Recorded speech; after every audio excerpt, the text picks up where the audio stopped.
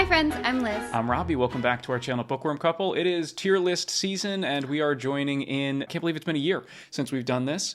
And, another year, more Christmas sweaters and more tier list of every book we read. Yours is cooler than mine, but they can't can't see it. You can't really see it. Mine is like Avatar chibi. Very cool. It's very cool. I like it very much. Well, I don't know that cool is the right word, but I like it very much. I think it's cool. We read a lot of books this year. We really did. Do you know how many books you read? Almost 40. Almost 40. I think I read about 70, which Holy is more than I wanted. Baloney. It's a lot. It was a lot of books, and I'll probably have my goal be a little bit less You're next so year. powerful. It felt like awesome. I was didn't hoping to get to spend as much 50 this time. year, but Wheel of Time really slowed me down. Right. But that's okay. 40 is still impressive. We're almost 40. So we broke 100 books between us, and so we are going to tier rank every single one of them. Last year, this video was a lot of fun. We're going to do it similarly to how we did last year. Mm-hmm. There's going to be 2 different tier lists. We're each going to rank our own things. Mm-hmm. And Liz... Robbie's is organized, mine's chaotic. Well, they're both Classic. chaotic because I've barely looked through my ratings for these books, so this is just going to be the vibes I feel on them today and how I feel about that. Anyway, books. Books, yeah. Rankings. So we're gonna go ahead and jump in. Well, first, let's go to the screen. So you can see mine: S, A, B, C, D. I don't have any F tiers because an F tier would be just a book I didn't even finish, and I did not DNF any books this year. Liz has some more fun ones. Do you want me to read them? Sure, yeah. Read them. Well, because I'm, if you've watched our channel, very emotional, and it's really hard for me to, put things in boxes because I have so many feelings about them. So I have Obsessed being my top tier. Please read this, which is, a recommendation. Not my favorite, but would recommend. So it's kind of a medium. Sexy, but not amazing, because I feel like a lot of the books that I read are sexy, but not amazing. And then we have a Meh, which speaks for itself. Love that. Yeah. Mine is just, letters and grades. And last year I think I was like, so S tier is 5s, A's is probably 4s, B is like weak 4s and 3s, and C would be low 3s and 2s, and D would be like probably the worst thing I read this year. And I don't remember enough of how I felt about each book off the top of my head, so I'm not even going to say that this year. This is just how I'm feeling about them. Yeah. It'll probably line up pretty similarly. Sure. But some of them may have really gone up or down in the time since, and I think that's part of, rankings always change. We are not Especially set in once stone. you sit with them, you're like, okay, Exactly. what do I remember after one whole year? Yeah, there are certain books that I was like, I year? really didn't like this at the time, but now it sits with me a lot better. So we'll see how I feel. But I think other than that, we're going to go ahead and jump in. So we're just going to go back and forth. I am going to do, we're going to do series by series. So we'll do one whole series at a time and then pass to the other person. So let's go ahead and jump in. So it looks like the first book that I really finished this year was Battle of the Labyrinth. So this is the end of the Percy Jackson series. And this one, I think I remember liking quite a bit. Yeah. For those of you who don't know the Percy Jackson series, middle grade, young adult series, urban fantasy, but with Greek mythology. It's fantastic. I think the last 2 books of the series were very strong. We did read Percy Jackson. What is this? I'm having to lean in to see it. The Demigod Files, right? This was a collection of short stories. Oh, yeah. I remember thinking this was cute, but it's hard to rate this book. I think we rated each individual short story. I'm going to put this very high C's, not because I didn't like it, but just because it wasn't really for me. There was also a bunch of other activities in the book, like crosswords and puzzles for kids. Had I read this at 14, I would have been for sure. thrilled. And some of the stories in it, I did actually really enjoy. And did come to play play very much later, but not my favorite. But then we'll go with The Last Olympian. I think this is the best book in this series, possibly the best book Riordan has written. I think this book plays to so many of his strengths in an interesting way because he never really uses them in other books. He has a formula he follows. This book, he doesn't follow it, and it's all the better for it. I think this book is you have to give this book 5 stars in my opinion, just because it is the personification of what the best of this series could be. I think it's just a perfect example of ending this particular series. I don't know how we could have done it better. Yeah. And let's switch on over to you. So I ended the year and started the year by finishing A Court of Frost and Starlight, which is the 4th book in the ACOTAR series. It's a bit of a novella. It's become a tradition of mine to read it every winter solstice, which I am actually going to start it and finish it at the end of this year as well. So this one, I didn't mean to, I'm terrible at dragging. I wouldn't give it a 5 stars, but it's very close for me. I think it's very cozy. It's delightful. I know it's not everyone's favorite, but I think it's a lovely little Christmassy cup of tea in this world. Nice. Period. But anyway, so the next series I read, and this is a lot of books. Oh my gosh, yeah. So a lot of them are short story collections and stuff, is the Sun Eater series by Christopher Rocchio. I spent a lot of the beginning of my year with this series. It is a space opera sci-fantasy series, and it really is fantastic. I mean, I think I'm going to put Howling Dark a little bit under that. I really liked that book. But it follows Hadrian Marlowe and his adventures across the universe, essentially. I'm trying to remember how I felt about these. Demon in White is one of my favorites in this series. If you like sci-fi, if you're not a huge fan of sci-fi, but you love fantasy, definitely give this one a try. It's very heavily influenced by Dune, for sure. At least the first one, but then it kind of breaks off and becomes its own thing. The last book is planning to come out in 2025, I believe, and so it is a perfect time to get into this series. Kingdoms of Death is my favorite book in the series so far. Honestly, it might be one of my favorite reads, or my favorite read of the whole year. We'll see how the rest of this tier list goes. But it follows, as I said, Hadrian Marlowe going across the universe, fighting an alien race that they didn't know existed. Humans kind of thought they were alone in the power in the universe, and then they find out that that's not the case. It is dark, it is uplifting at times, and it's just fascinating to see what Rocchio does with this massive universe that he has built. Let's see, Ashes of Man was not my favorite, unfortunately, after Kingdoms of Death. I think I gave this a 4. I'll put it at the top of A for now. There's a lot of, you'll see, novellas in here. So Kingdoms of Death, Demon in White, Howling Dark, and Ashes of Man are all full-length novels. Queen Amid Ashes, Tales of the Sun Eater Volumes 1 and 2, The Dregs of Empire. I actually like The Dregs of Empire more than Ashes of Man. All short stories, novellas, or short story collections. So he likes to write a lot of these. I'm probably going to put this down in the C's as well. I just don't... Short stories are not my favorite medium in this genre. And then Disquiet Gods. This is tough. This is the most recent one that came out. And he takes some massive swings in this one. And I wasn't sure how I felt about it when I read it. But I think I feel good about that. Oh, wow. Which is impressive. Anyway. So many books. Yeah. This series is fantastic. I really can't recommend it enough. And as I said, I think it's going to end in 2025. So now is a great time to get in. If you like... Red Rising, in that series, definitely give this one a shot. Ta-da! At the beginning of 2024, the third book in the Crescent City series was set to come out. So I set on a reread because I'd never reread the first and second. I'd only read them one time through and was feeling, after my read of A Court of Frost and Starlight, in a very Sarah J. Maas mood. So I started my year, really, by starting the Crescent City in... I'm terrible at dragging. This is one of my favorites. I absolutely love Bryce. This is a 5 stars. One of the greatest endings I've ever read. I still, rereading it, sobbed as hard as I did the first time I read it.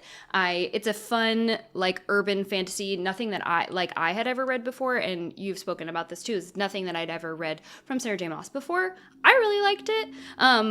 And I feel like the journey in this world is very fun. I think I may have some rose-colored I want to go before it. Oh, do I have to do this? There it is. Okay. Oh, this is actually really hard to rate now that I think about it. I have fun reading Sarah J. Maas. I've never not had fun reading any of her books. I have a hard time having a critical lens on any of her books, I think because I'm so thrilled to be in this world.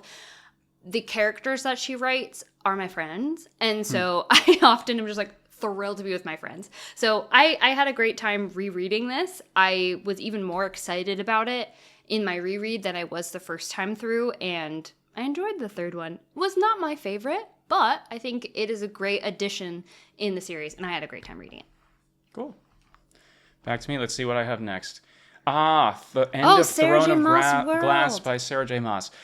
So I will say, now that I've read a lot of Sarah J. Maas's work, I do think Throne of Glass is actually my favorite series of hers. I think that's a pretty common opinion. I think, yeah, it was just so interesting. It's tough to remember which one is which. Mm-hmm. I would agree with you. Yeah, it's tough to remember which one is which for me, but if you don't know, Sarah J. Maas wrote this series starting when I think it started when she was 16 or something, and it follows a main character in a traditional fantasy world. And there are some great characters, there's some great moments, but you can tell, especially in the early books, that this is some of her earlier earlier stuff. Oh, yes. I'm trying to remember if this is the one that I really hated. I think Era of Fire is. I think Era of Fire is the one that I really didn't like. Honestly, I think that's where and the she's farther, on the continent. Yes, the farther away I get from it, this one is just really don't like it. So that's going to go down in the bottom for me. Queen of Shadows and Empire of Storms. Empire of Storms moves, if I remember correctly. Queen of Shadows, I think I'm going to put these in, and Empire of Storms. They both move pretty well. I think I actually quite liked Empire of Storms, if I remember correctly.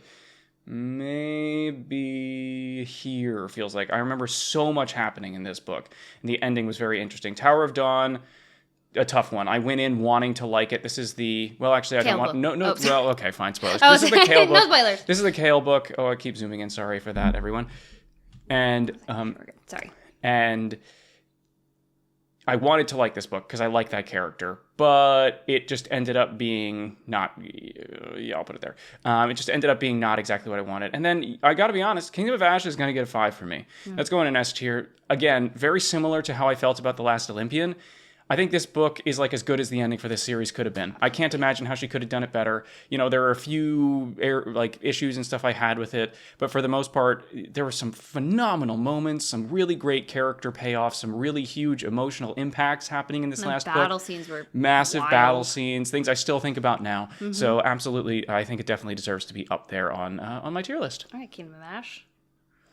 What is next? Oh, yeah. Okay, so the finish of the Percy Jackson series from my lens. And it was funny watching you rate it, because I'm going to rate it basically exactly the same.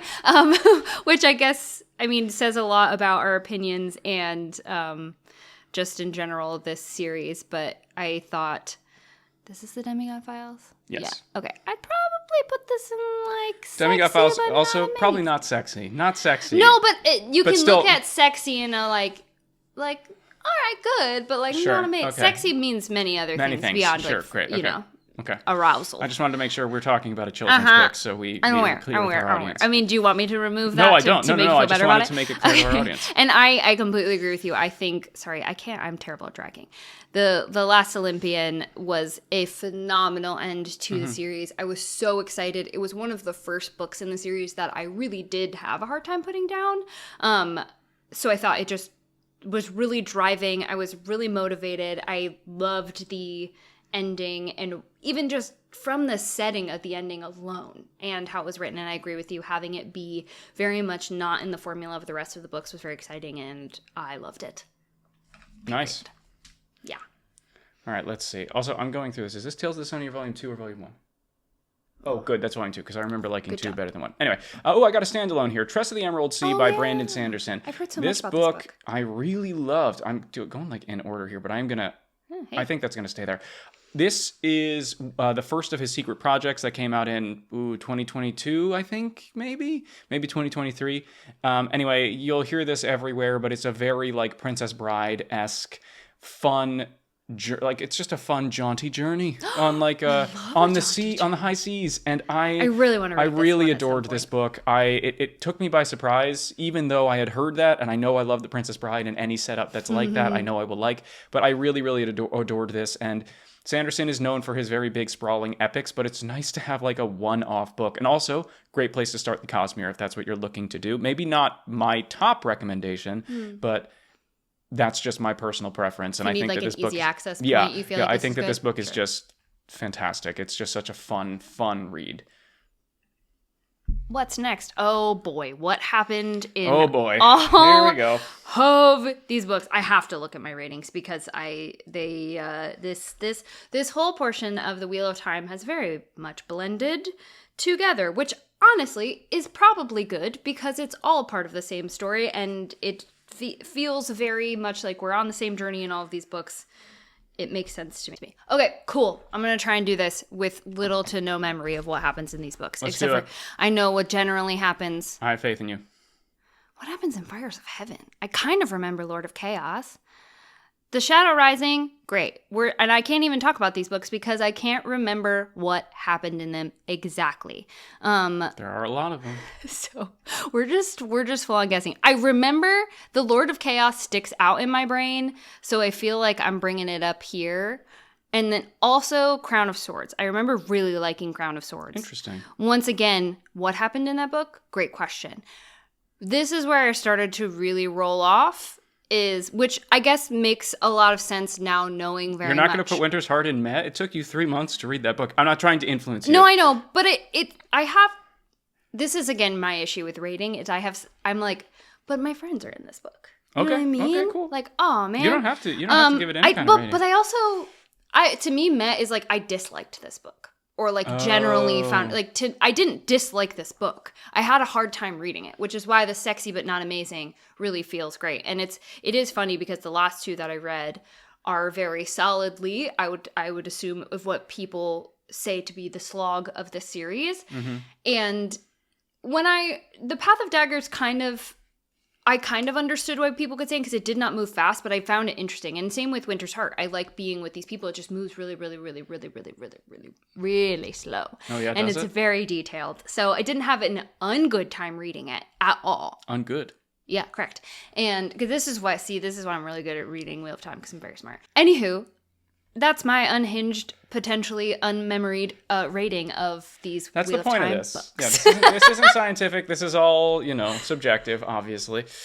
Okay. Oh, Amulet. So I have a few comics on here and some manga as well, which kind of artificially inflated my reading. But I remember liking these quite a bit. It is I think, young kids series about a girl who kind of goes into another world. If your kids are interested in graphic novels at all, or you're just trying to get them to read, I really can't recommend this enough. It's really great. It's such an interesting world. I really got attached to the characters. I kept meaning to go back to it, just haven't had a chance to yet, but I probably will check this out again sometime when I do have the time. I would be I love the art. I adore the art. I'm like, so yeah, I'm pick gonna that up, say, especially as a young person. I honestly liked both of these a lot. I'm going to put them both in there. I really liked the first one. I'm going to put them both up here. I really, really like the series, and I hope that I get to come back to it at some time, just because this was a random thing that I found. I don't remember why I even picked it up. I think I just saw it at the bookstore and was like, oh yeah, I like that art. I've seen this forever.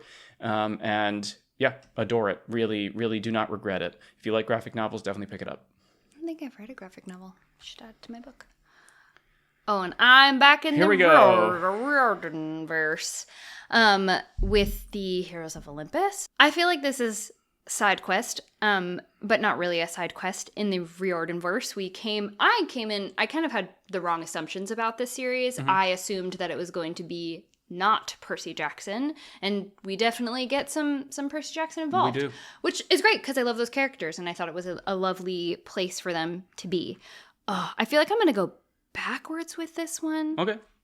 Do whatever you want. Because it's your tier list. Specifically, the final book in this series I found decently disappointing. Mm-hmm. Especially because I thought The House of Hades was a phenomenal book. Yeah. I loved it. It very much felt to me like the ending of this series. Bob says hi. What? Bob says hi. Oh, Bob says hi. I thought you were talking about your dad. Yeah. Bob says hi. Bob does say hi. Don't you dare do that to me, Rick Riordan. My heart was ripped out. I also really enjoyed the Mark of Athena. I basically love anything that is involved, that Annabeth is really involved in, and I think she did some great work in this. Yeah. Son of Neptune, what happened in that book? That was the Percy one in the north. Oh, okay. Yeah, fine. Where we met. And then I think... yeah, I'm going to have to put that there, but I'll put that above that one. Really?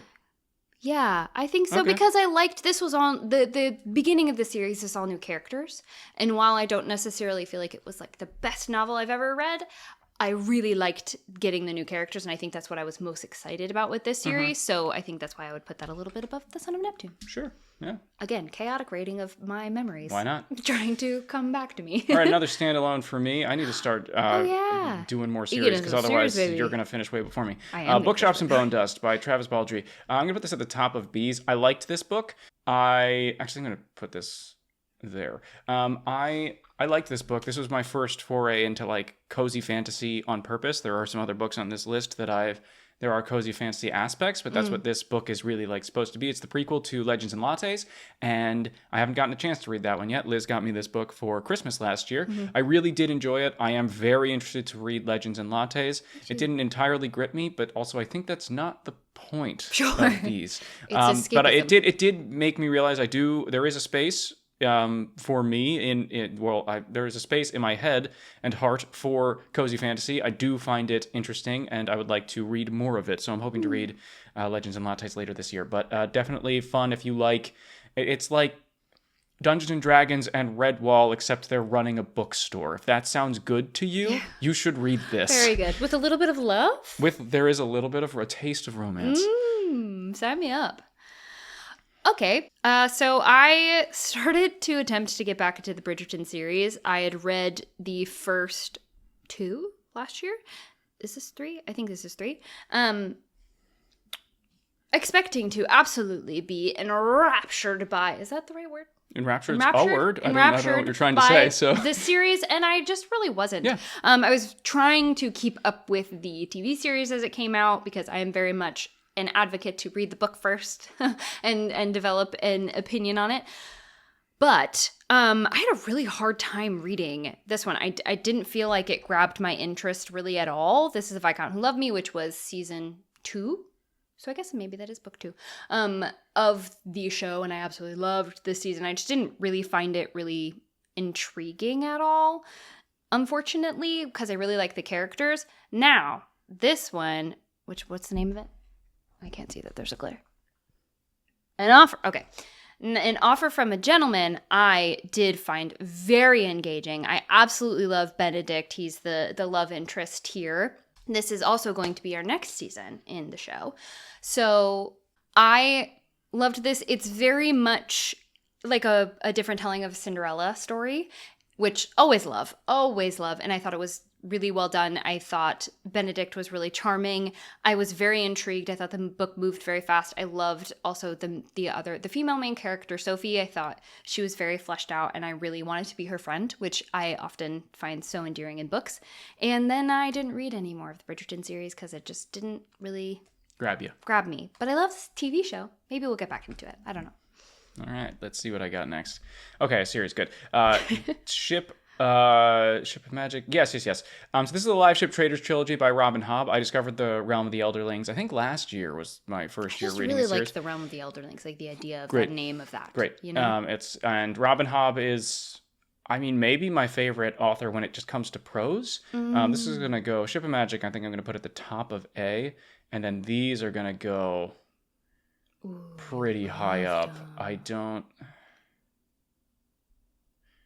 know where. Yeah, I'm going to do that. I adore this series. If you've tried The Realm of the Elderlings, the first series is a character study on Fitzchivalry Farseer. This is entirely unrelated. It's in the same world, but it's in an entirely different country. It follows a family called the Vestrits and kind of their trading business, and they have a magical ship with the headpiece of it is alive, and that's why all of the titles of the books have to do with ships. It's about geopolitical intrigue, it's about oppression, it's about slavery and terrible sexism and dragons, lots of dragons. It's so good and so frustrating, and Robin Hobb can write characters that you hate more than anyone, but you want to keep reading. It's not a quick, easy read. It's not necessarily a fun read, but I love it so much. Yeah. And I can't wait to get back to the next series in the larger Realm of the Elderlings sometime next year. What's next? Oh, I have a one-off here. We love a sexy hockey book in this, sexy hockey romance in this family. At least I do. But this family, I mean me, this part of this family. This one was highly recommended from one of my friends. I think it's this is her favorite book boyfriend. And I understand why. Jake Connolly is very, I think this is the one with Jake Connolly. Hope so. I have yet to meet one of these hockey boys that I don't love in Elle Kennedy's series. These series are collegiate setting, obviously about hockey players, and but more so focused on the female in the love stories because they're all romance novels. So if you like hockey, sexiness, college vibes, these are great. Not super serious. The prose is not necessarily amazing, but they're a great escape. They're really fun. Each of them very much feels like its own little soap opera, and I really liked this one. Where do I want to put it? I think it was definitely not my favorite, but it was definitely here. Nice. It was definitely maybe. Definitely maybe. All right, how many do you have left?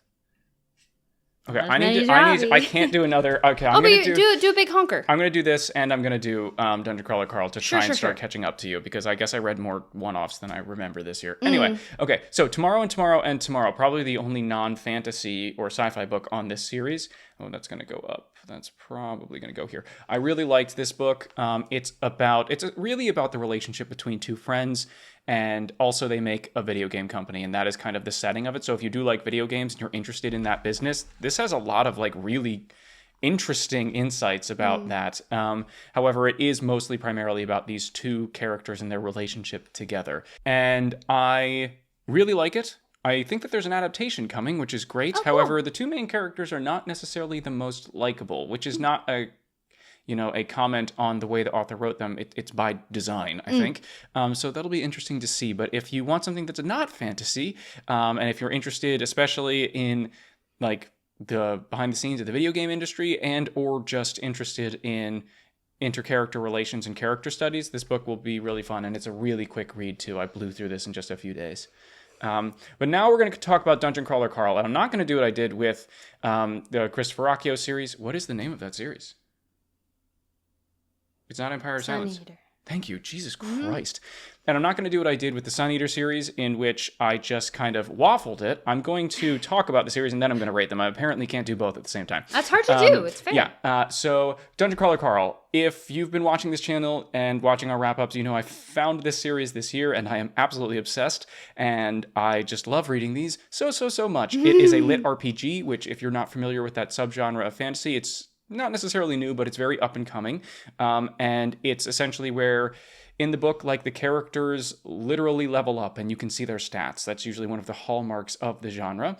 In this particular book, Carl and his cat, Princess Donut, are some of the last survivors of Earth. This isn't really a spoiler. It happens in like the first scene. The entire Earth is basically destroyed. There are only a few thousand, I think, humans who survive, and they are all given the opportunity to enter a dungeon for an intergalactic reality show and try and survive the different levels of the dungeon. And it is awesome. It is so funny and so irreverent and stupid. It is not the best written thing I've ever read, but Matt Dinniman improves with each book, I think, and also finds a way to, in such an insane and comical, really, premise, as the series goes on, there is a larger plot and really does start to add more depth to the series than you would have thought at face value. So now, all that being said, I'm going to rate all these. I definitely remember giving the first one a 5, which it maybe doesn't deserve, but I just loved it so much that I am going to keep that. Each book is about a different level of the dungeon, so each of them has like a big theme, which also makes it a lot easier to remember all of them. Yeah, but Dungeon Anarchist Cookbook, I'm going to put, I think here, Doomsday Scenario, I remember quite liking. Yeah, that feels good. Gate of the Feral Gods. It's also like fantasy and sci-fi, kind of in this interesting combination. I'm going to put that there. I loved Butcher's Masquerade, and yeah, that feels good. And I loved Eye of the Bedlam Bride. Oh my gosh, my turn. Oh, Divine Rivals. This was such a lovely read. I had heard so many people recommending this series without really knowing anything about it. This is a very classic Liz moment. And I loved it. I thought it was beautiful. It's about two enemy writers. They're young people who are looking to get hired at a local newspaper and are definitely one another's competition. They both come from two very different walks of life, and it's kind of got a like World War II-esque setting with the clothing, and it is a very tumultuous place in time and society, but involve gods in that as well. Fun. To me, I had said it very much felt like what a chorus line is to actors was to writers. It was like a fun. book I like that, yeah. written for writers. Sure. And not a writer myself, but I can very much appreciate beautiful languaging. And there were quotes in this that I still remember, not 100% perfectly, but remembering how moving so many pieces of this were. Sure. So I would definitely give this first one 5 stars, no problem. I don't know how you're so good at this. I'm a big dingus. Absolutely no problem. The second one wasn't my favorite. I think because of how the first one moved, I was kind of expecting it similarly, but it very much ended the major plot line of this series. It's just 2 books. I don't believe there are any more in this series. It would be very interesting if there were. Absolutely loved it. I highly recommend. Very easy reads. Definitely, obviously, because we're involving gods and things, very fantasy-esque, but also in a like 1940s kind of a vibe. Cool. All right, let's see what I got next. Yes. Okay.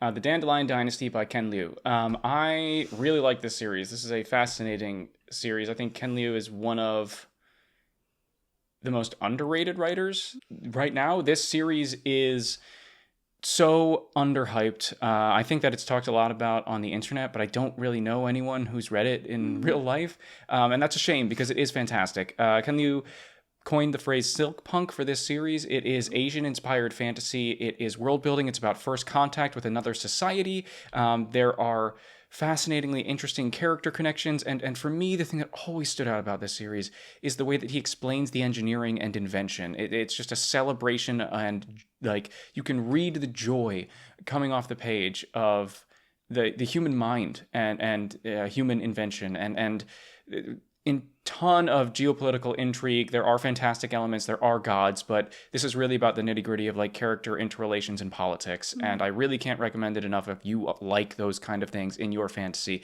This is very different than almost anything out there right now. And so if you're looking for something that's different from what is popular at this time, I cannot recommend this more. Especially that goes for the first book here, The Grace of Kings, which I said this in our wrap-up, and I'm going to say it again, and I mean this in the best way, reads at some points like a history textbook. It is a very zoomed-out scope of this world. It sets up everything that the author wanted to set up so he could tell the story he wanted to tell, and I think that that is ballsy, and that is...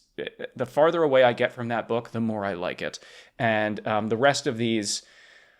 Oh, man, it's hard to rate these. They're all so good. I really liked Wall of Storms. I feel okay about that. Wow, in between those two. Veiled Throne, I liked more than Grace of Kings, but a little bit less. And then Speaking Bones was fantastic finale. Also, if you like really long books, these are great as well. Speaking Bones and Wall of Storms. Yeah, that feels okay. I feel okay about that. All right, what you got? This is the one and only book that I DNF'd this year. One and only book I've DNF'd in years. Okay. I had seen a lot of people talk about this author and wanted to read her. She writes one-off fantasy series. I actually think she writes they're like or not fantasy series, excuse me. She writes romance books, and I think they all they're the kind of books where they're kind of interconnected, but you don't necessarily need to read the other ones to have read the ones prior and after. Yeah. And this one, I was trying to figure out where to start with her. I looked at the internet. This was one of her first series that was recommended. And I think I got maybe 20 pages in. And I got to a point where I have a really hard time not finishing books because quite often, even if I don't necessarily love them, there's something about them. I want to see these characters finish their arc. But there just wasn't really... I found myself being more frustrated by the characters than anything. And so I finally got to a point where I just said, no. Wow. There it is, baby. The DNF. No, sometimes you gotta. Not every book is for every person. Well, that was kind of where I got to with that book. I was just like, I'm not enjoying this. Why am I reading it? You're reading for enjoyment. All right, let's see what I got next. Okay, Mistborn by Brandon Sanderson. This is a pretty popular one. I'm sure many people have heard of this. This is one of his, I guess, earlier series and one of his more popular ones. Yeah, that feels... Oh, actually, no. I'm going to be honest. Yeah, it feels that feels all right. It follows mainly a character named Vin, but it is a multi-POV story. If you, everyone knows who Brandon Sanderson is. I feel kind of stupid explaining this series to you, but if you haven't read it, if you like interesting world building, if you like complex but very well explained and realized magic systems, if you like character relations and just a touch of mental health being dealt with in your books, which Brandon Sanderson, even when he was writing this series, showed an interest in, I think. Then very importantly, if you like your stuff to be interconnected to a bunch of other long novels and series, you should definitely pick it up. Even if you don't, it's worth reading and trying out Brandon Sanderson. He is very successful and famous for a reason. Mm-hmm. And I think I'm going to give this last one, I'm going to put this one in S. And the ending of this series is just fantastic. Yeah, honestly, I'll put it all the way up there. I really love the finale of this. I reread it this year. I had read it before, and the first two books I liked. I didn't like adore, but the third one, the finale of this series, is just phenomenal. Oh, and then I have another one-off. This is an Emily Henry book.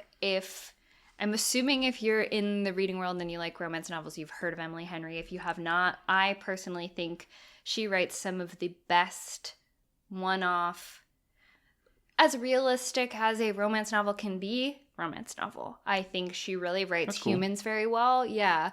She writes humans dealing with difficult situations well without dragging you into too much. You know what I mean? Like in a soap opera level. She's another person that I think writes very well for writers. A lot of her characters are writers as well, so I think that is always a fun little detail. This one was set in Michigan in the summer, which I felt very connected to because I grew up in Ohio, right on the border of Michigan. A lot of the things that they were talking about really much sparked nostalgic memories for me. So I feel like I loved this maybe more than a lot of other people. It made me really want to go up and to a winery by the lake. And I thought the main characters were lovely. As always, I always find something within Emily Henry's characters to relate to, which I find is such a motivation for me when reading because I feel like I do so much healing through reading. And I thought this was a lovely escape. I don't think I've ever rated Emily Henry's books less than 5 stars. Wow. Yeah. Favorite read of the year. Incredible. Yeah. I love that. All right, let's see what I got next. Okay, Heroes of Olympus. Liz talked about this already, so I'm not going to spend too much time talking about it, other than to say this is a direct sequel from the Percy Jackson and the Olympian series. Not a side quest. Not a side quest. I remember giving this first book in it a 4. I think I just got really excited by the ending. This is one of my lesser favorite ones in the series in hindsight. Son of Neptune, though, probably my second favorite in the series. I did quite like this. I feel like I'm going to put this... I'll put it down here with Battle of the Labyrinth, actually. I feel pretty similar. Mark of Athena is going to go behind... Actually, Mark of Athena I might put... Oh, really? I like that one. I liked Mark of Athena. There were just parts of it. I think that parts of it, it fell into too hard into the questing formula that Riordan had. Yeah. I think that parts of it were really great. And other parts of it, like I liked the concept again of Annabeth being like the main character and stuff, and they went to some cool locations, but there was too much questing in the middle for the sake of questing, I felt.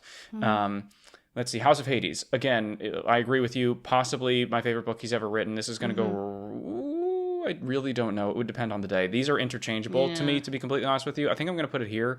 But these are two of... the 2 best books he's written, I think, personally. House of Hades is just phenomenal. And then Blood of Olympus, again, I'm going to put it... I liked it better than Tower of the Dawn, I think. That's fair. But I didn't like it. I liked where everyone ended, but the journey we took to get there in this book, just not that good, which is so hard because House of Hades is just such a fantastic book and does feel like it should be the end. It feels weird coming back and being like, what? But yeah, still a great series, very fun read, kind of all over the place where I find the quality of the books, though, in hindsight. I would agree with you. Actually, are you going to be okay if I do 2 in a row? Please, because you're going to finish very quickly. Oh, ACOTAR, this is fun, so this is going to be easy. That's my least favorite book of the year. I thought you were about to put them all in the No, I'm not. This is my least favorite book of the year. I really watch our video on it for further details, but I really did not like the first ACOTAR book. I just was not a fan. I think that it's a fine, if somewhat boring book that at the end really pissed me off. There's a lot about it and a specific character that I just didn't like, and I could keep talking about that for a long time, and I'm never gonna get over it. Watch our video. Watch our video.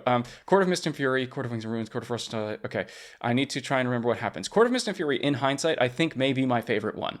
It's mine too. I think. At the time, I don't know that it was my favorite, but looking back, there are parts of this book that I have now realized really crystallize the essence of what my favorite parts of it are, which are like the cozy fantasy and the friendship and the supporting cast. I think is the strongest part of this series and is the strongest part of Crescent City as well, actually. But I think I'm going to put this in A's. I'm going to put it a little bit above Empire Storms. Court of Wings and Ruin. The most ever happens in this book. I think I'm going to put this at the bottom of A's. And the thing about this book is, I think when I read it, I thought this was my favorite book in the series. Yeah. But now, like in the whole scope of things, it's not. I would say almost too much happens, and I don't know why. I do remember thinking that when I read it, because some of her books, the pacing is so drawn out and slow, and then in this one, it's like the last half of the book, I'm like, where's the fire? Why does every part of the plot suddenly this is the end of part 1 of A Court of Wings, A Court of Thorns and Roses, the series, and I don't know why it had to be. It could have they could have split this into 2 books very easily, and I think it would have given more time for every part of it to breathe. Now I'm thinking about it. I'm actually going to put it here. Court of Frost and Starlight. I wanted this to be a Hallmark movie, and it wasn't because of Nesta. And so for that reason alone, this is going to go here. And then A Court of Silver Flames. This book is not for everyone. I also didn't explain what ACOTAR is, but I assume if you're watching this, you know what it is. This is one of the most popular fantasy series out right now. Romantasy, Sarah J. Maas, what else needs to be said?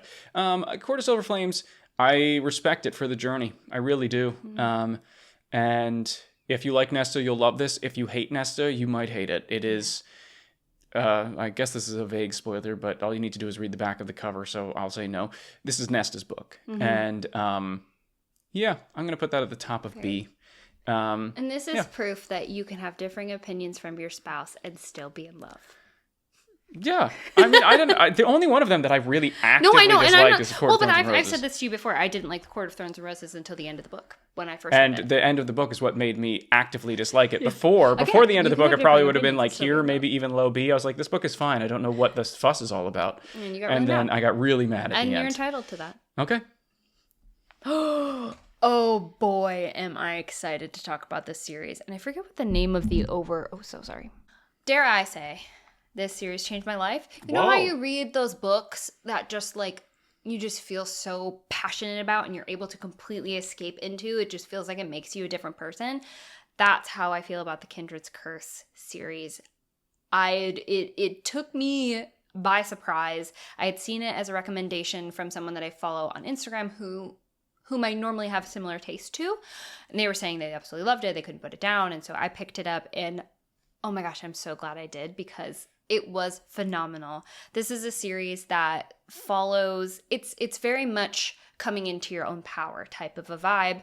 It's a very mystical, magical world with lots of mystery into the magic and the hierarchy and how people became the hierarchy and who's holding the power and how are they holding the power, and a lot of kind of political turmoil and what people can do to bring about goodness and righteousness in the world. This series is probably the slowest slow burn I've ever read, and it was so entirely worth it, in my opinion.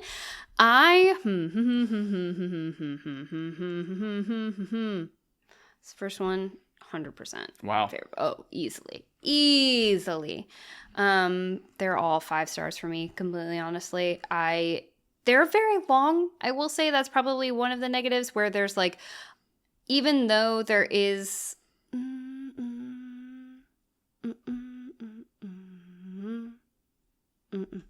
even though it's hard for me to have Crescent City in here because that's a reread and I feel like that's unfair, but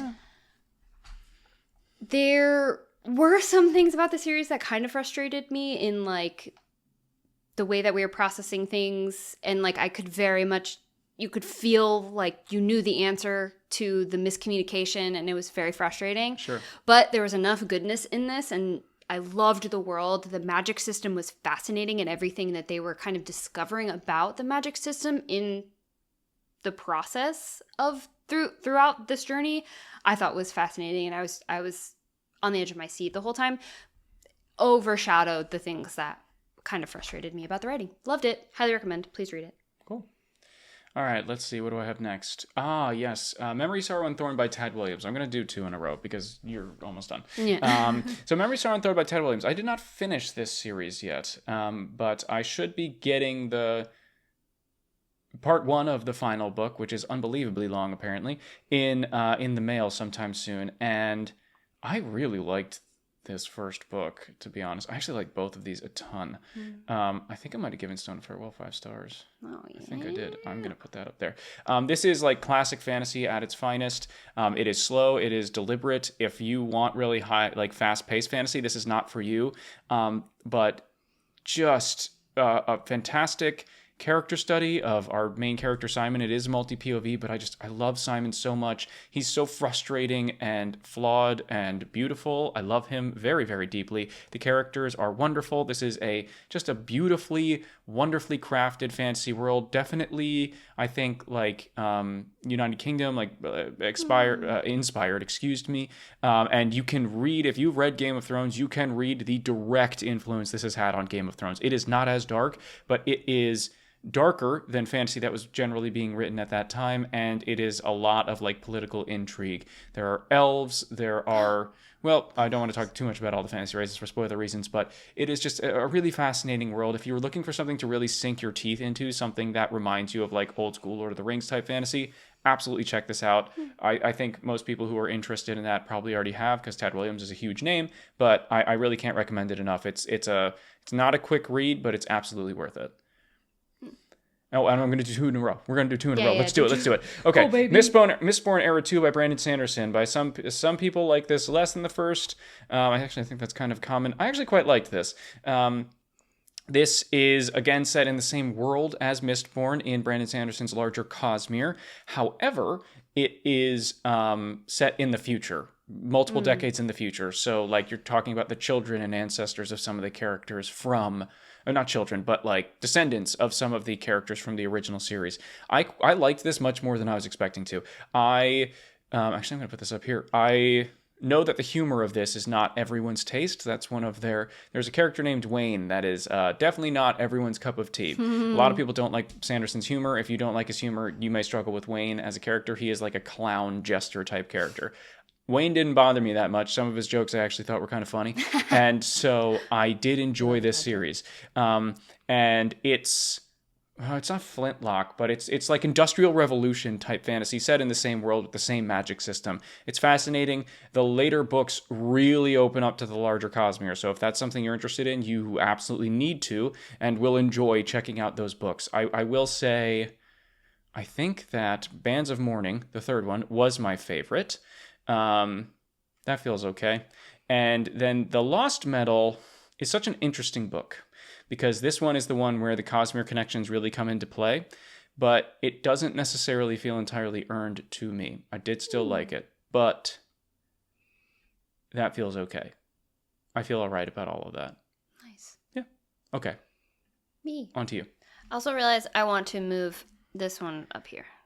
I got distracted in talking. This was my favorite. The first one was my favorite because it was the first one and I was so in the world. And the last one, oh man, I wanted to start the next one immediately. We have no idea when it's going to come out. So I have a couple one-offs. So I think that's probably that'll good. help us catch up. Great. Yeah. So then I read a one-off, a series of one-offs, just kind of trying some different genres. Not this one necessarily. This is a romance book, not a different genre for me.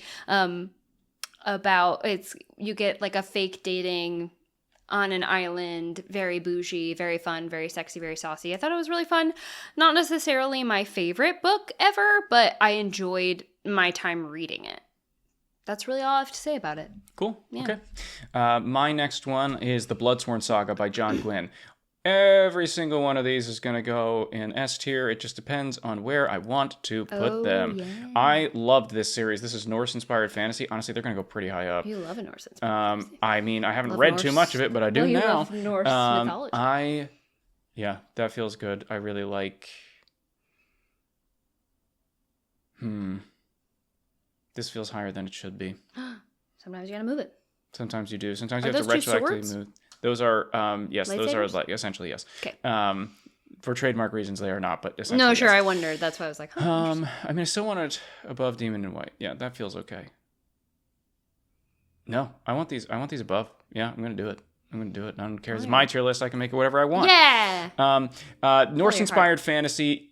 John Gwynne is just a wonderful author. If you haven't read his Banished Lands series, I read them last year and I really, really enjoyed them. Those are some like great homages to classic fantasy. This is not that. This is Norse-inspired. You can tell that he loves the setting, and the setting he has made is so great. You'll see that, I mean, this isn't a spoiler. There are huge creatures on the covers of each of these books. The gods are like massive creatures, a massive wolf, a massive dragon, the world serpent, literally. So you can see the Norse inspirations. The battle scenes are second to none. I just love the world he has crafted here, and you can tell that he does too, which is always fun to read as a reader. I really can't recommend these enough. The Fury of the Gods, the final book in the series, just came out after quite a long break. These books, they're not like crazy long, but they are a decent investment. I think like 500 or more pages each, but you will not regret it. If you like John Gwynne, read these. If you like battle sequences, read these. If you like Norse fantasy or just Norse mythology, read these. It's such a good series. The Fury of the Gods is probably the weakest one, unfortunately, but the pacing in all these is relentless. You really just can't put them down. I love Orca, Varg, all of the main characters, even the some of them that you're not really supposed to like. I like all of everything about this series. I really like, and you should read it. That's really all I have to say. Okay. I love that. Okay, my next book was The Seven Wives of Evelyn Hugo. One of you suggested that for us to read. Many of them.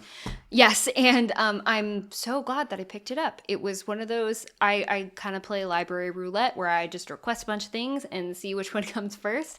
And this was one of those, and I'm so glad. It was such a moving story of a starlet that is now far older, and it essentially starts with a young up-and-coming writer getting the opportunity to interview one of the biggest movie starlets of like the golden age of Hollywood now in modern day. And it delves into her story, and her story was just so complex and so truthful and so relatable, especially as someone who comes from the acting world. There was so much about it that I understood. It ripped my heart out in moments. I thought it was absolutely beautifully written. It very different a style of a book for me normally, but I just thought it was stunning. I've recommended it to so many people, and it's one that I will definitely buy for our personal collection because I was very moved. All right, what do I have next? Great. Okay. So this is a manga. I did read all of My Hero Academia this year since it did end. This is, if you're unfamiliar, it is like interestingly enough, a manga about superheroes. So a superhero comic essentially, but Japanese. I liked this. I think that some arcs were vastly stronger than others. So I really did enjoy this. I liked the ending. Not my favorite ever, but a lot of fun. And on to you. Okay, so the next one I read was Verity, and I had one of the most interesting reading experiences I've ever had with this book. This book comes highly recommended. I've heard so many people talk about it. And so I was like, you know what? I'll pick it up. I've read It Ends With Us and It Starts With Us by Colleen Hoover, which one of them was just made into a movie. Had a not quite as similar of a reading experience. It was like, okay, this is good. Not my favorite ever. Verity is a thriller, psychological thriller with a touch of romance. I don't even know how to explain my experience with this book. I hated it, but I also finished it within like 7 hours. Part of that was because I think I wanted it to be done, and part of it was because I think it's written really well. I think the intrigue of it keeps you turning the pages. You want to figure out what's happening. A lot of it was just, it takes a lot to kind of offend me. And I wasn't necessarily offended, but I was right on the border with some of the things. But that's kind of the point. Especially you get to the end of this book and it leaves you questioning a lot.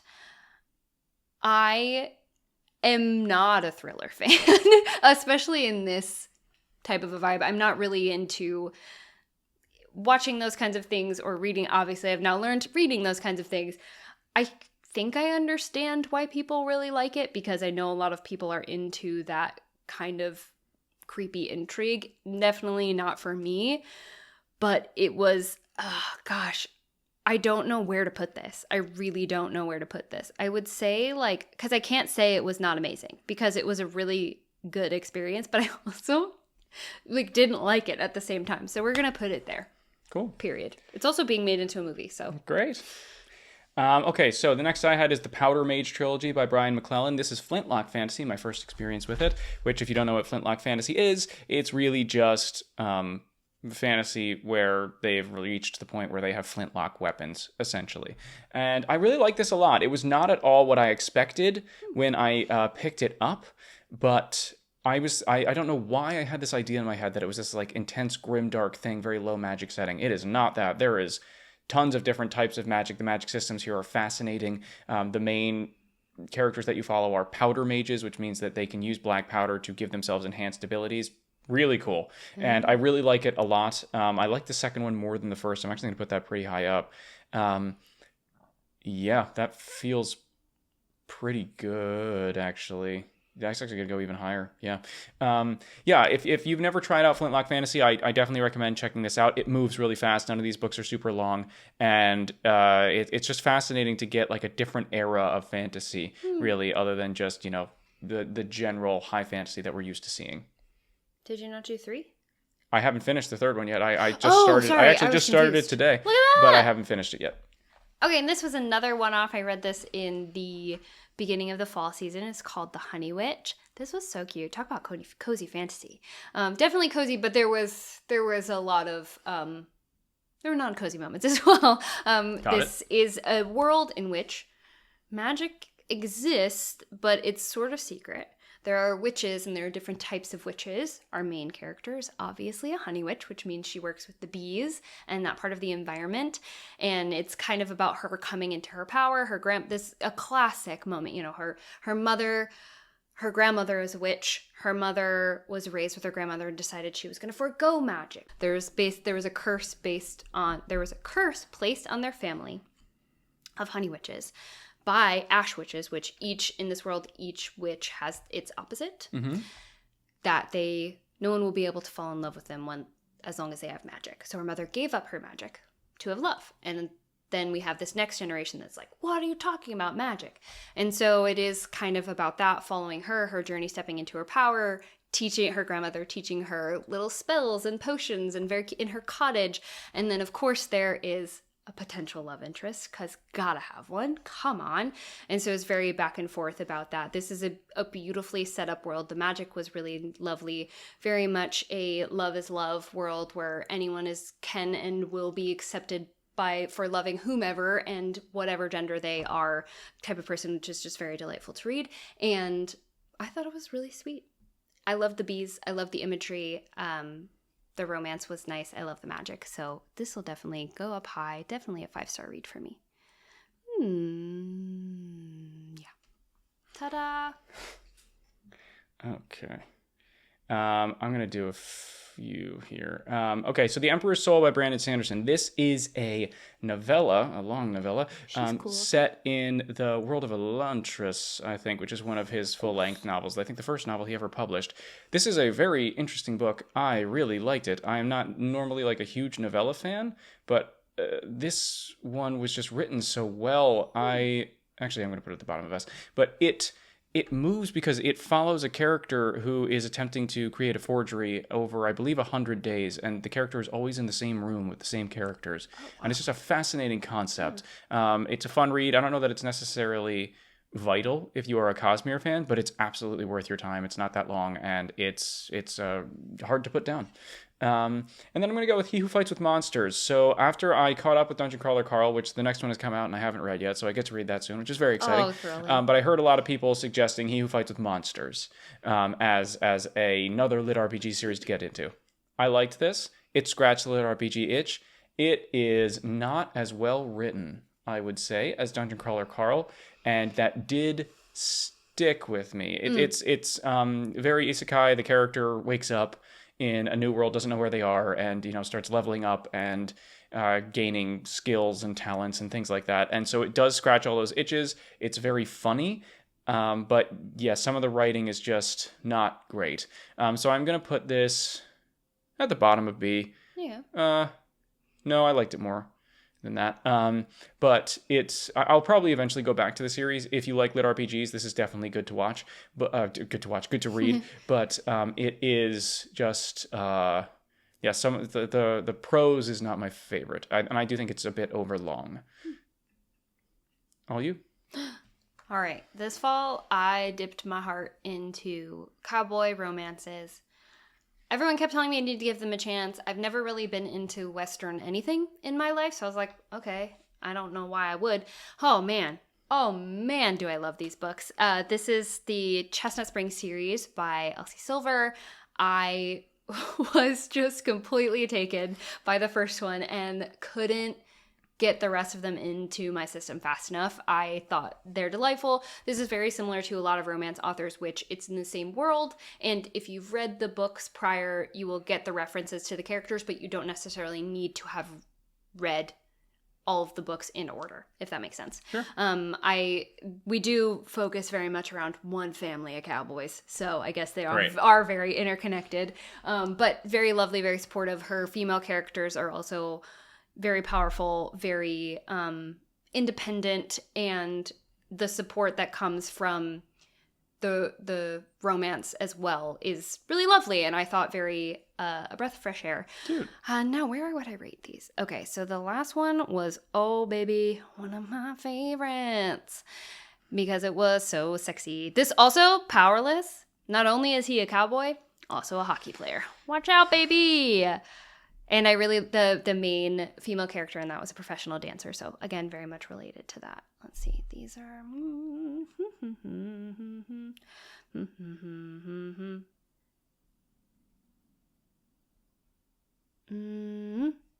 No. We're gonna do that. And then we're gonna do this because I actually liked this better. Sure. Cool. So next is Crescent City for me by Sarah J. Maas. This is her urban fantasy series, and I had a weird time with these. Understandably so. Both of them are, I think, too long, and both of them are... I just still don't really understand what the goal here is. I think it's interesting that she's trying to stretch herself and write something different than what she's written before, and I do really appreciate that, but I think that struggles in certain parts. Sure. I'm actually going to put this up decently high, because the ending of this is phenomenal. The ending of this is the best ending she's written of any of the books she's written. It's really, really good. Okay. It takes a very long time to get there, though. It does. I'm going to put that there. 600 And then pages. this book is basically the same as the first one, except it doesn't have the benefit of that ending. So to be honest, I'm going to put it down in C.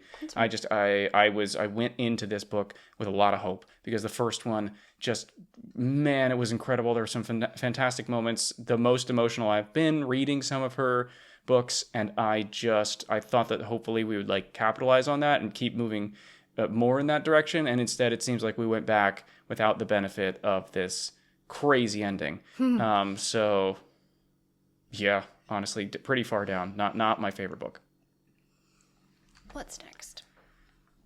Oh, this one was, I got an advanced reader copy of this called Rekindling the Flame. It was a cute, it was a lovely romance set in a small town in, I think, the Rockies. It was a very Hallmark movie of the very powerful, independent lawyer girl has to come home to take care of her family, runs into her ex from high school who's like the one that got away, whom she left. So there's a lot of intrigue. It's very, very sexy. I loved it. I loved the setting. I think I was just kind of emotionally triggered by the thought of the Hallmark movie and, you know, you move to the big city and then you come home and like, how dare you be a professional? But that's really it. But I thought it was really lovely. I would probably put this here. Yep. Okay. Go, Robbie, go. Let's see. Okay. Oh, Jujutsu Kaisen, another manga. I'm probably going to get flack for this, but I'm going to put this pretty far down here. I liked this. I like the anime a lot. That's how I got into it, which usually it's the other way around for me, at least. But I liked this a lot. The anime is great. I will probably continue to watch the anime as more seasons come out. However, I just got to be honest. The end lost me. The end completely lost me, I think. I think the end, like, it ended too soon a bit, but also, like, the amount that was happening at the end, I was just like, I can barely follow this. So... yeah, because I like the beginning so much, I'll put it up here. But yeah, by the end, I was just, I was kind of like glazed eyes reading all of the things. And I was like, okay. But a lot of fun. Follows characters at Jujutsu Kaisen High School as they exercise demons, essentially. Classic. Okay, this was another romance for me, Twisted Love by Anne Huang. I've heard great things about this series. People really like it. I've heard it's very, very, very, very spicy. It wasn't for me. It was very...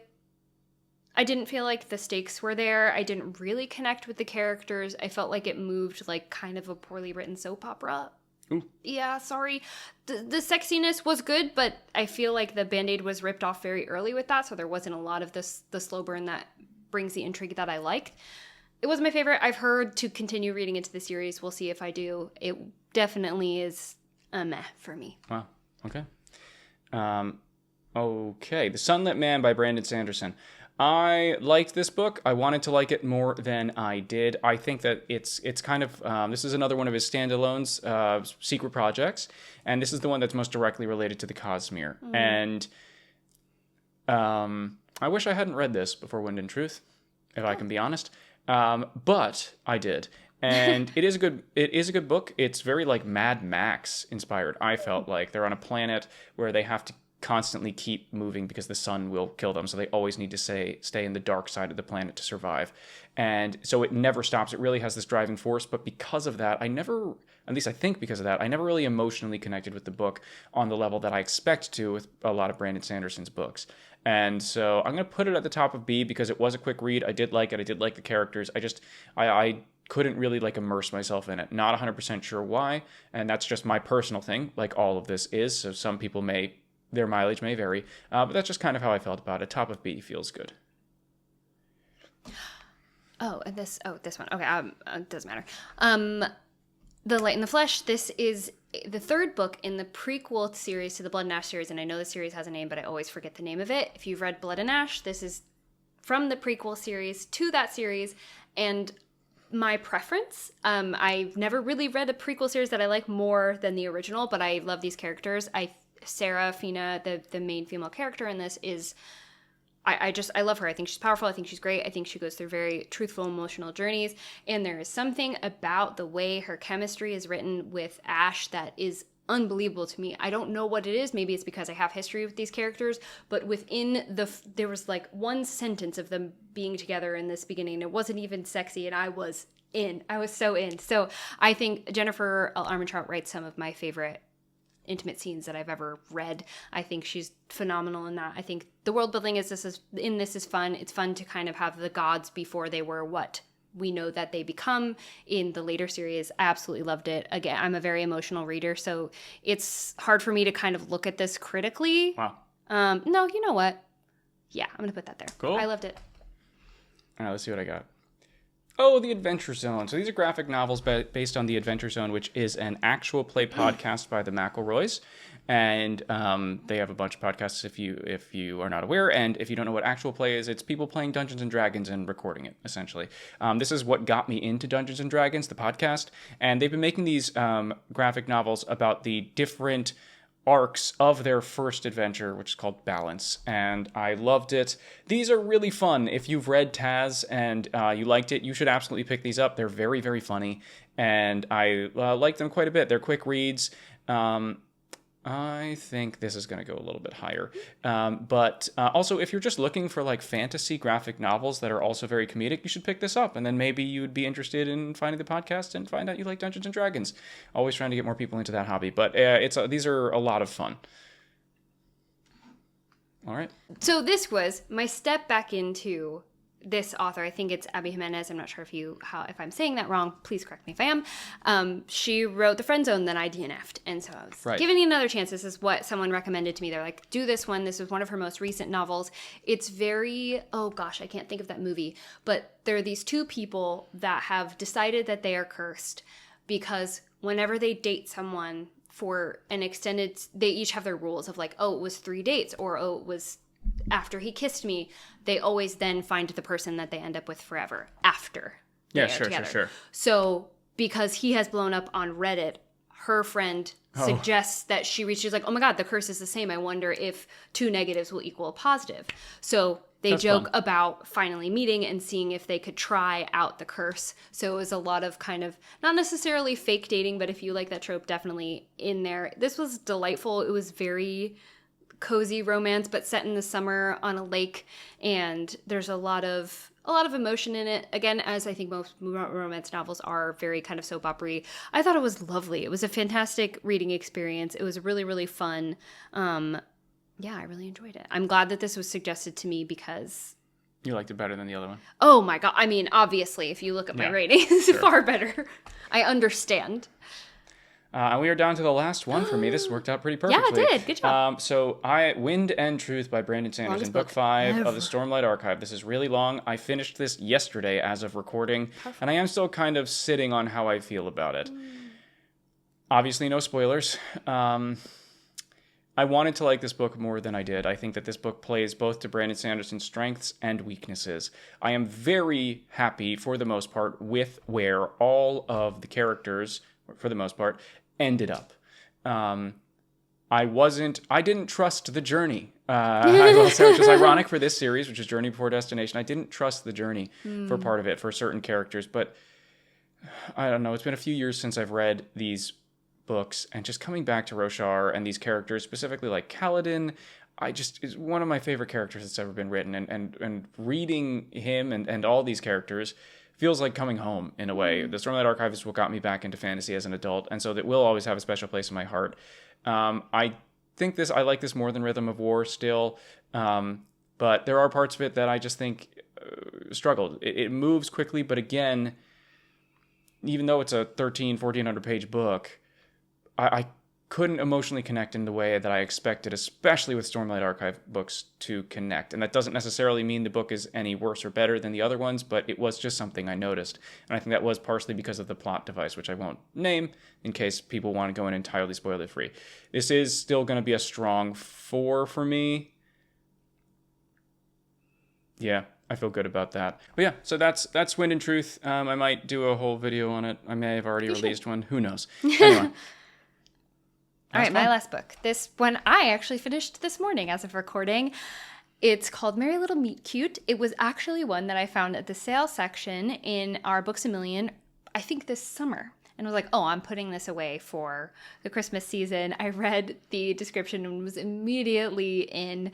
This is about an adult film star who gets cast in a Hallmark Channel-esque movie. So definitely very much more conservative, let's say, with starring opposite her boy band crush from her childhood, who is trying to rebuild his career as the nice guy instead of the bad boy. So as you can imagine, chaos ensues. This was an absolutely delightful read. It touched on a lot of, where do I want to put this? Put it there. It touched on a lot of, I think, topics that were near and dear to my heart as having been a female in the industry. Our main character is a plus-size adult film star, so we delve into that and the intensities of all of the ideals that society has for you, and especially when you're on film in one way or another. And our main character, B, I just absolutely loved. And all of the people surrounding her were delightful. her moms are just so sweet. Her best friends are delightful. It was a very loving and supportive book from the main cast, with dealing, like I said, with society and all of the things that they put on the expectations of celebrities and how they should behave. And it was just perfect, beautiful, stunning. I can't believe that I picked this up from a sale section. Like, I'm recommending it to everyone. I thought it was so delightful. I had a great time reading it. I think that's everything. We did it. Oh my gosh. Let's go and look through. So this is Liz's to your list. You feel good about this? Yeah, I do. Yeah. This is mine. Let me look. Wow. I think I feel okay about this. Yeah. I'm trying to see. I don't want to take a picture of it. Kingdoms of Death. Wow. It managed to keep like, its place at the top. You didn't even hesitate. I didn't expect it to stay there, but I guess that is kind of how I'm feeling. Yeah, I really like this book. It's extremely dark, but check out The Sun Eater. It's really good. Yeah. Yeah. Wow. Another year, over 100 books. Great job. You too. Wow, that was chaotic. If you've made it all the way here with us, thank you so much for watching. We will, I'm sure, do this again next year. It's always fun to do, and just get a chance to look at everything that we read this year. It feels like we really accomplished something, doesn't it? Really did. Really did. If you want to see us do any more in-depth or not as in-depth talks about any of these, we usually talk about them either in our full-length videos or in our wrap-ups. So please subscribe to see all our videos. Otherwise, thank you all so much for watching, and we'll see you on our next adventure.